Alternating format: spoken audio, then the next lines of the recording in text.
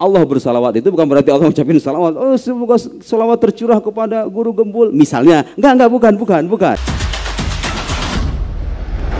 Bapak Ibu sekalian, saya manggilnya Bapak Ibu, tapi perasaan ABG ini mana tanda ya?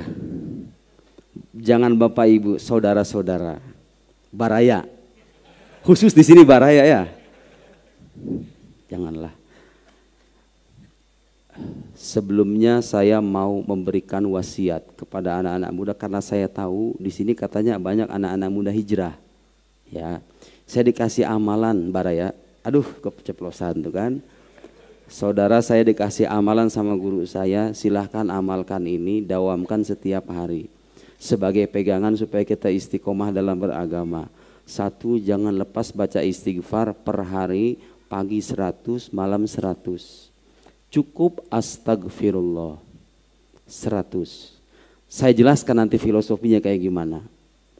Yang kedua, salawat kepada Nabi Sallallahu Alaihi Wasallam dengan sigot, ya salawat banyak sigotnya ya. Tapi yang diijazahkan oleh guru saya, Allahumma salli ala Sayyidina Muhammadin abdika wa rasulikan nabiyil ummi wa ala alihi wasallim. Tanpa menggunakan wasahbihi, alihi sudah mencakup. Allahumma salli ala Sayyidina Muhammadin abdika wa rasulikan nabiyil ummi wa ala alihi wasallim 100. Terakhir baca tahlil la ilaha illallah dengan sigat la ilaha illallah wahdahu la syarikalah lahul mulku wa lahul hamdu wa huwa ala kulli syai'in qadir. Saya ulangi, la ilaha illallah wahdahu la syarikalah lahul mulku wa lahul hamdu wa huwa ala kulli syai'in qadir. Kenapa harus 3 itu? 1, istighfar itu saudara-saudara sekalian ibarat mencuci diri. Kan kita pasti banyak dosa kan, ngaku aja lah. Yang suka buka HP tiap hari itu di YouTube, emang bersih semua?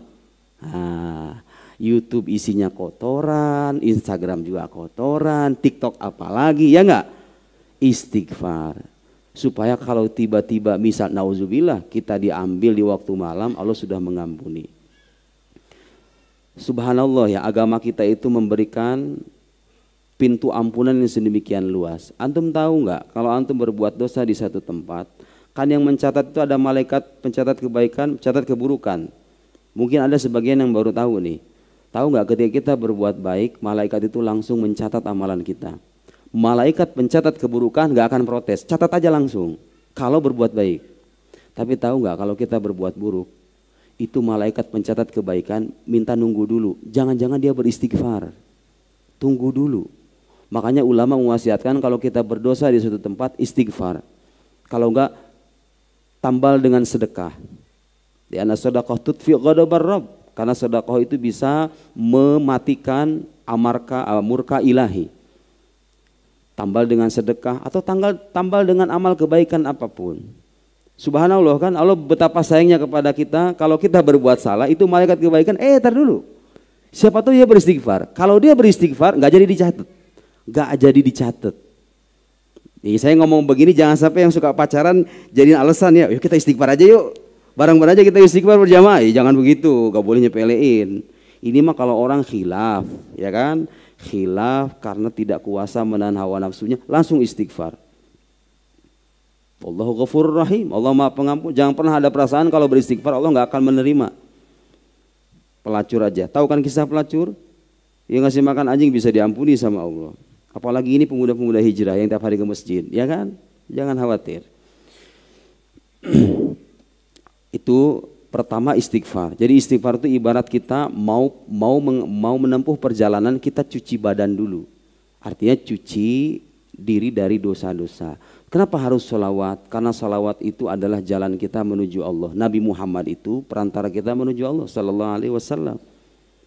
Coba lihat, kenapa saya katakan begitu? Antum sekarang bersyahadat, asyhadu an la ilaha illallah saja, diterima nggak sama Allah itu syahadat? Diterima nggak? Kalau ada orang, saya beriman kepada Allah, asyhadu an la ilaha illallah. Orang Kristen juga sama, orang Yahudi juga sama, percaya sama Allah, ya kan?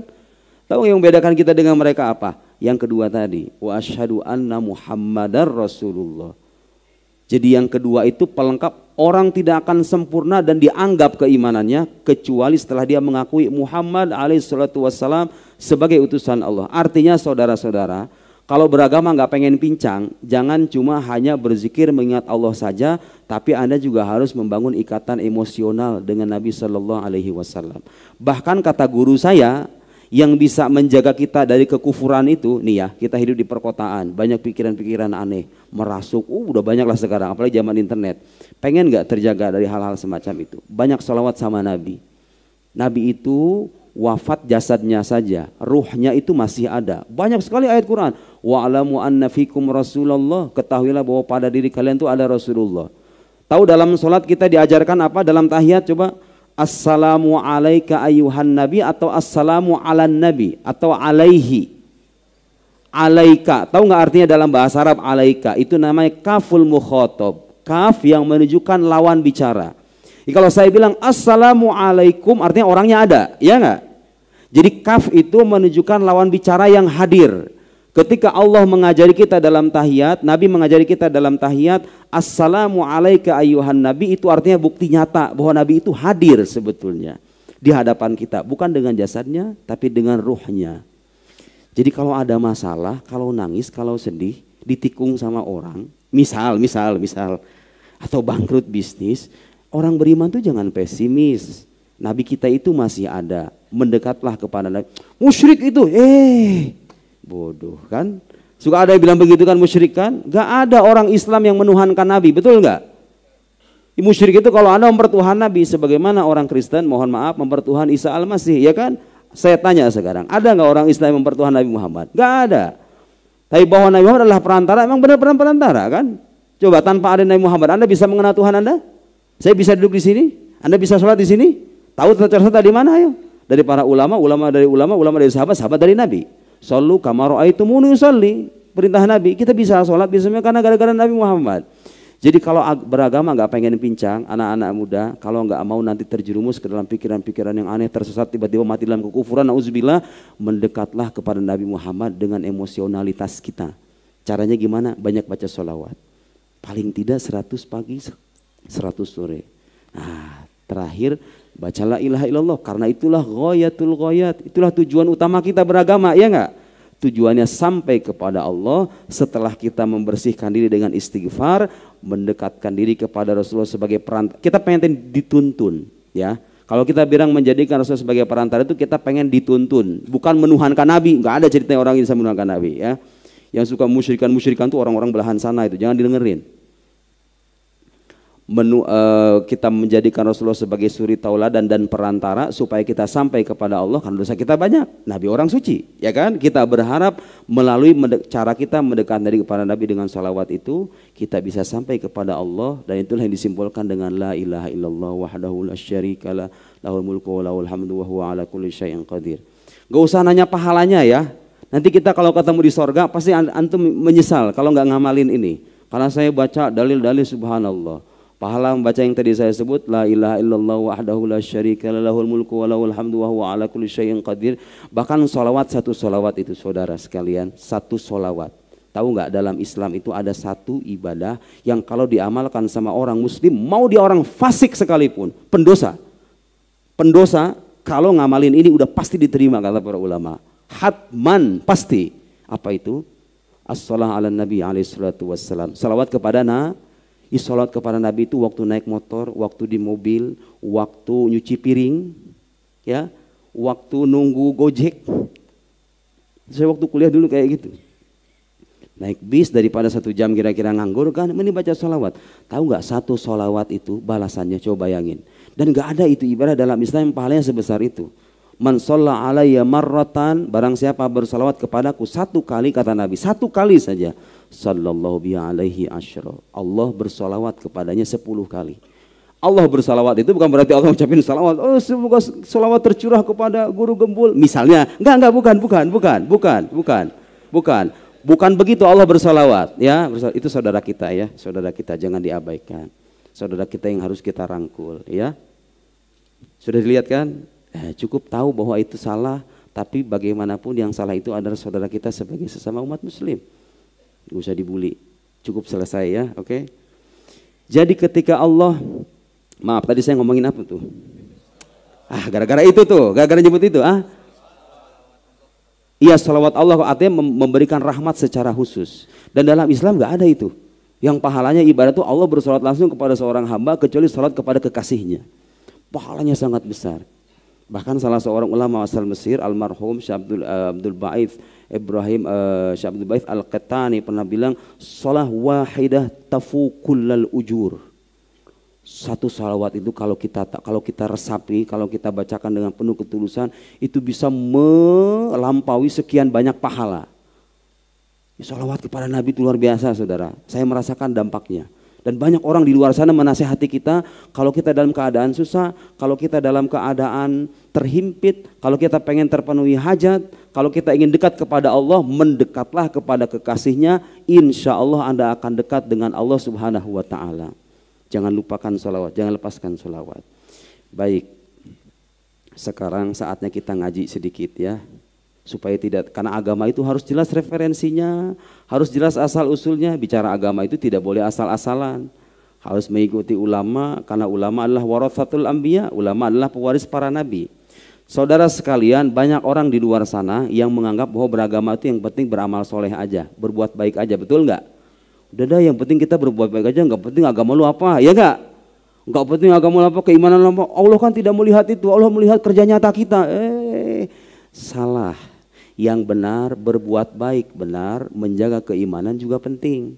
Justru iman itu adalah landasan dari amal soleh. Harus antum mengetahui ya, beragama itu awal mulanya kewajiban pertama kita itu apa?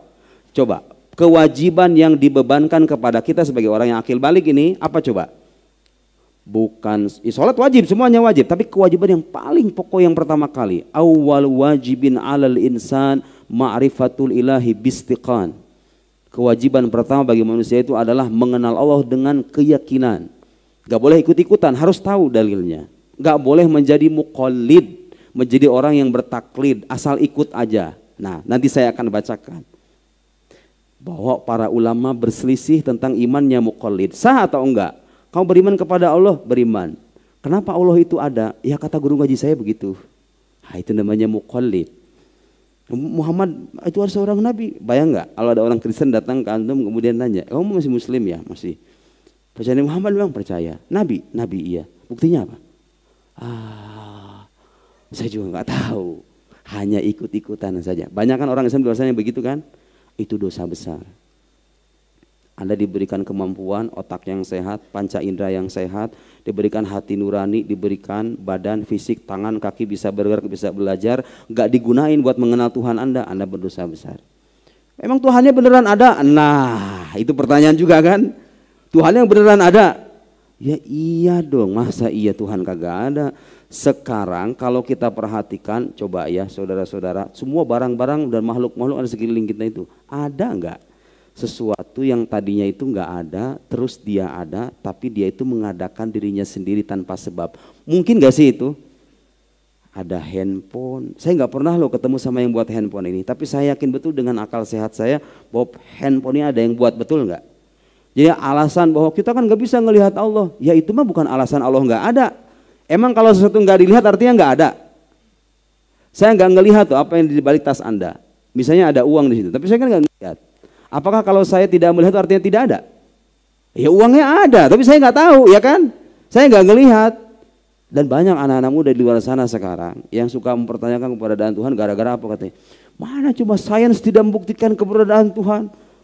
Tuhan itu hanya dimunculkan sebagai God of the gaps. Oh, saya udah baca lah begituan udah kelar lah.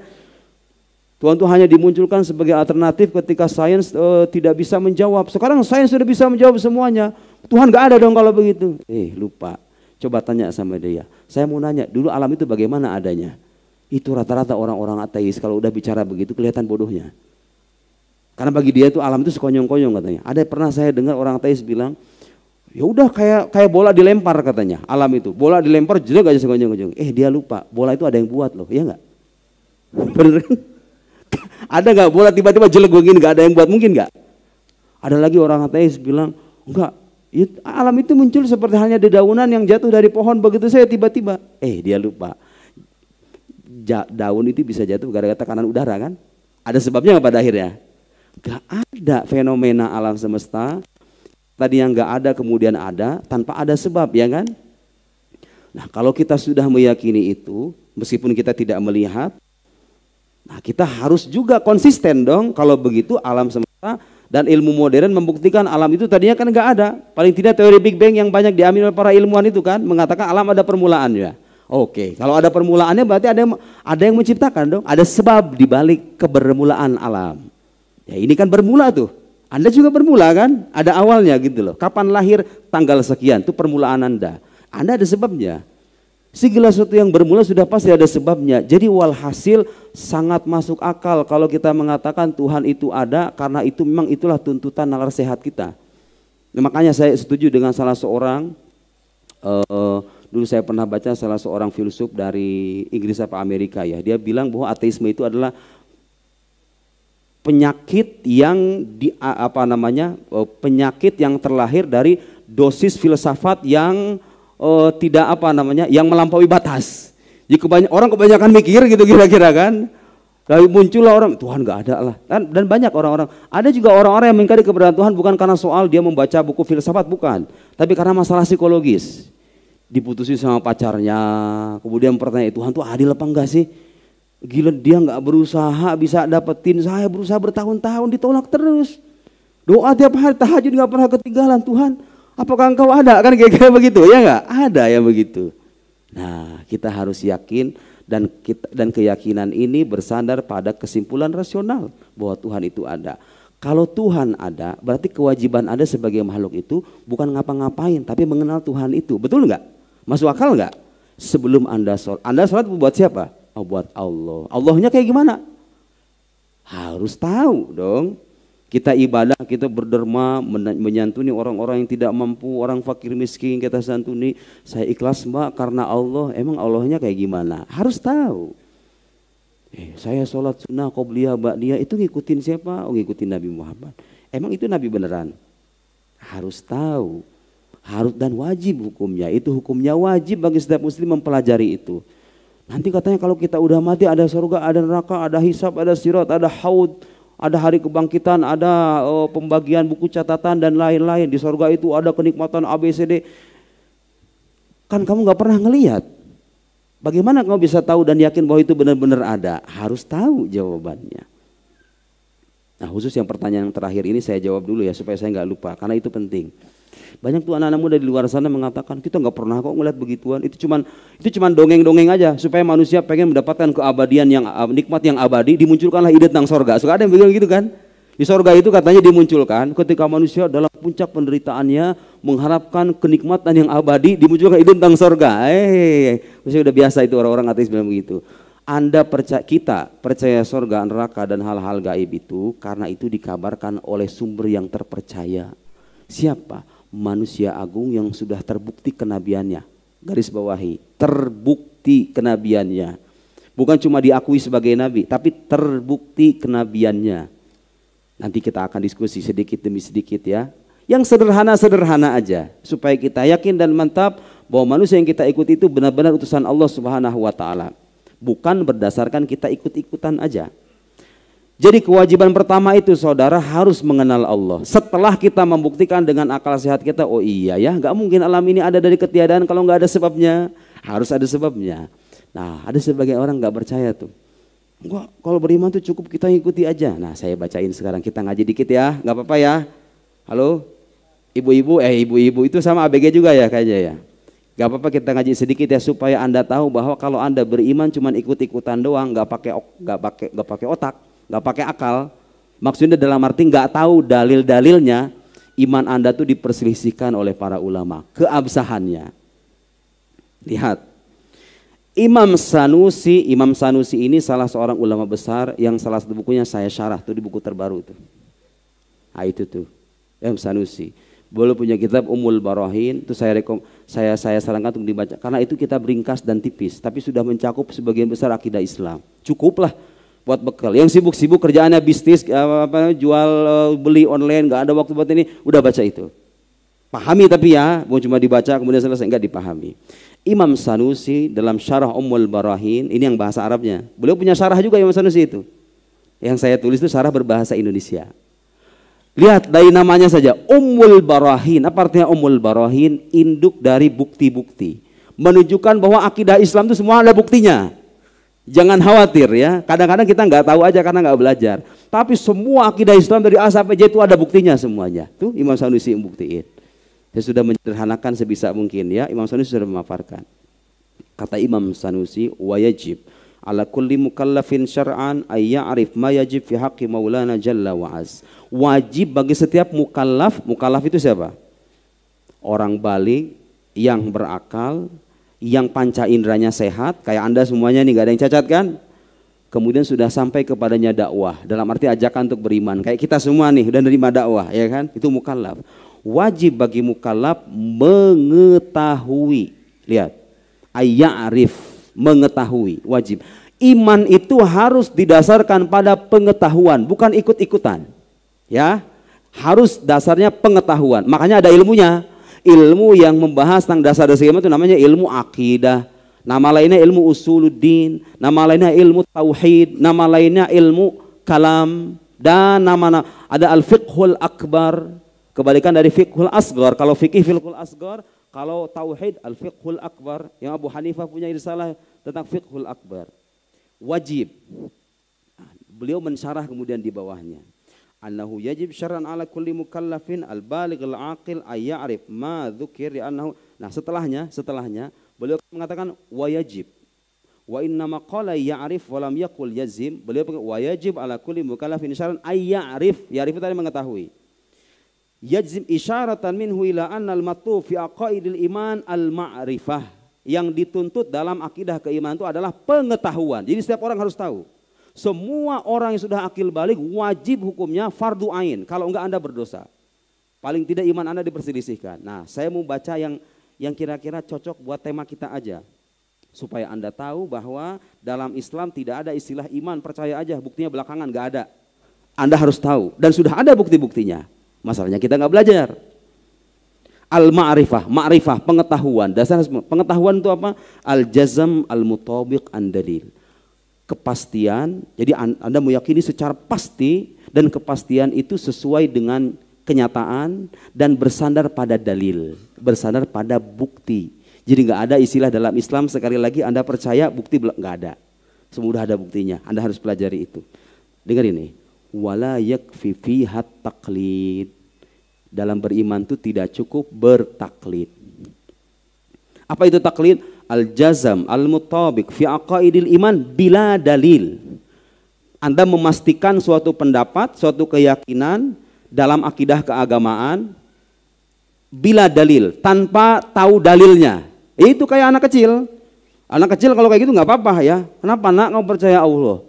Mamaku bilang begitu. Ya anak kecil nggak apa-apa, ya nggak? Orang dewasa nggak boleh begitu. Harus tahu dalil, harus belajar dalil itu. Gak usah yang terperinci, yang penting yang ringkas-ringkas aja. Oke, sekarang benar nggak kalau orang bertaklid itu imannya diperselisihkan? Nih saya bacain. Wa ila wujubil ma'rifah wa adamil iktifa bit taqlid dhahaba jumhur ahli ilm. Sebagian besar ulama mengatakan wajib mengetahui dasar-dasar akidah dan tidak boleh taklid seperti siapa? Asy-Syaikh Al-Asy'ari, Imam Ahli Sunnah wal Jamaah Abdul Hasan Al-Asy'ari, Imam Abu Bakar Al-Baqilani, Imam Al-Haramain. Nah, sekarang nih lihat buktinya nih. Thumma ikhtalafal jumhur al-qail biwujubil ma'rifah. Faqala ba'dhum. Nah, sekarang orang-orang yang mengatakan wajib mengetahui dalam akidah itu beda pendapat. Faqala ba'dhum, sebagian ulama mengatakan al-muqallid mu'min. Orang bertaklid itu beriman, masih dikatakan beriman. Tapi tahu enggak? Illa annahu asin. Dia berdosa. Jadi kalau Anda iman hanya sebatas ikut-ikutan, enggak menggunakan akal sehat, enggak belajar, Anda tuh berdosa besar loh. Apalagi Anda punya waktu. Main HP nggak pernah di waktu, gila belajar beginian. Itu belajar akidah kalau Anda pelajari sebulan pun kelar kok. Kayaknya sebulan juga enggak deh, 2 minggu juga kayaknya kelar. Seminggu dah. Kenapa? Nanti akan ditanya di akhirat. Kenapa Anda dikasih waktu sekian puluh tahun tapi tidak ada waktu untuk mengenal Tuhan Anda sendiri? Dosa besar, kan nggak tahu diri namanya, ya nggak? Dikasih nikmat memandang, berjalan, kemudian bergerak, bernafas dan tidur dan seterusnya, mengenal Tuhannya aja nggak mau dengan alasan aku nggak punya waktu. Itu orang zaman sekarang. Asin bitarkil ma'rifah. Nah, ulama yang lain mengatakan wa qala ba'dhum innahu mu'min wala ya'si. Oh, dia beriman dan enggak tergolong berbuat maksiat, tetapi dengan syarat illa idza kanat fihi ahliyatun li fahmin nadhr sahih. Jadi orang ini beriman tidak berdosa dengan catatan kecuali kalau dia punya kemampuan berpikir. Artinya begini, sama nih sebetulnya dengan yang pertama. Kalau ada orang beriman bertaklid, padahal dia punya kemampuan belajar, dia nggak belajar, sama-sama dosa. Tapi kalau nggak punya kemampuan belajar, kayak orang, mohon maaf ya, orang misalnya apa, orang yang kehilangan panca inderanya atau otaknya lemah sehingga dia nggak bisa mencerna pelajaran, atau orang gila misalnya, ya sudah, itu sudah lepas. Nah, yang mau saya tekankan teman, jadi pendapat kedua mengatakan orang bertaklid itu beriman, dia tidak bermaksiat kecuali kalau dia bisa belajar. Artinya kalau dia bisa belajar, bertaklid juga sama-sama dosa, gitu loh, paham nggak? Nah, yang terakhir dengerin ini. Wa qala al-muqallid laisa bimu'minin aslan. Orang yang bertaklid itu bukan orang beriman sama sekali. Nah, sekarang tahu nggak? Imannya muqallid yang diperselisihkan itu orang yang sudah memastikan keimanannya. Artinya gini nih. Saya misalnya berkata, saya meyakini 100% Allah itu ada, Muhammad adalah nabi, surga neraka itu ada. Saya 100% percaya. Tapi saya ikut-ikutan doang. Yang kayak begini yang diperselisihkan itu. Orang sudah memastikan keimanannya aja masih diperselisihkan. Nah, kalau orang hanya mengikuti orang lain tanpa memastikan, kayak misalnya berapa persen kamu iman sama Muhammad? Ya 65% lah. Itu semua ulama sepakat itu bukan orang beriman. Paham nggak maksudnya? Jadi orang yang sudah meyakini secara pasti bahwa Allah ada, Muhammad Nabi, semuanya diyakini secara pasti, tapi ikut-ikutan, itu diperselisihkan imannya sama para ulama. Apalagi orang yang cuma ikut-ikutan, gak sampai pasti gitu loh, paham gak? Oh percaya Tuhan, percaya, berapa persen? Ya 75 lah, itu bukan orang beriman. Saya tidak mengada-ngada, ulama mengatakan begitu. Imam Haramain, guru Imam Al-Ghazali, seorang ulama besar, udah raksasa itu dalam dunia intelektual Islam. Dengerin kata Imam Haramain, orang yang bertaklid tidak memastikan keimanannya. Faman 'asha ba'dal bulugh zamanan yasa'uhu lin-nadhar wa nadhar. Orang yang sudah akil balik kemudian hidup satu masa tertentu, dia dikasih kesempatan belajar, kemudian dia belajar. Lam yukhtala fi sihhati imani. Ulama sepakat imannya sah. Kalau orang akil balik belajar, kemudian belajar akidah maksudnya, kemudian setelah itu dia memantapkan keimanan, ulama sepakat imannya sah. Artinya ini bukan muqallid ya. Nih dengar ini yang kedua nih. Wa illam yanzur, kalau orang sudah akil balik tapi nggak belajar, lam yanzur, tidak berpikir, lam yukhtalaf fi adam sihhati imanihi. Ulama tidak berbeda pendapat bahwa imannya orang ini tuh tidak sah. Tidak sah. Ulama nggak beda pendapat. Kalau orang nggak pernah belajar, udah akil balik, dia ngikut-ngikutan orang tanpa meyakinkan keimanannya, maka kata Imam Haramain lam yukhtalaf fi adam sihhati imani. Ulama tidak berbeda pendapat bahwa imannya orang ini nggak sah. Ayo, Anda hidup berapa tahun, amalan kemana kesana kemari, imannya nggak dipelajari, mau sia-sia itu semua amal soleh. Harus belajar, harus belajar. Kita akan lanjutkan setelah sholat isya, insya Allah.